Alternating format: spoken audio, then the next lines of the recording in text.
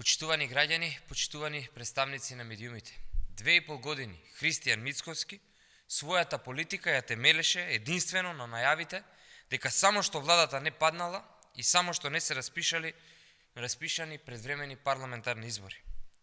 Лажеше Мицковски дека ќе има ново парламентарно мнозинство и 61 пратеник за распуштање на собранието.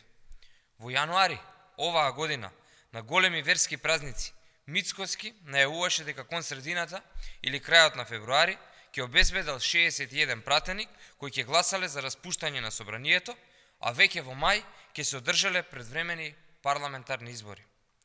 Февруари изминува, а од најавите дека Мицковски ќе направи нешто, нема ништо.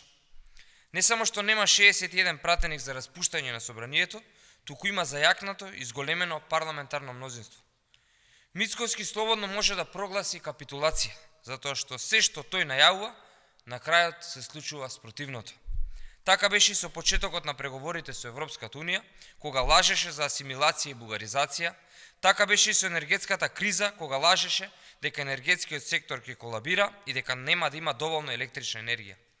Освен лаги, блокади, популизам и надпревар по деструктивност со Димитар Апасиев, Христијан Мицковски не може и не знае да понуди ама апсолутно ништо друго.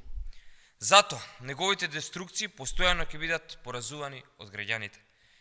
Ви благодарам и повелете со прашање.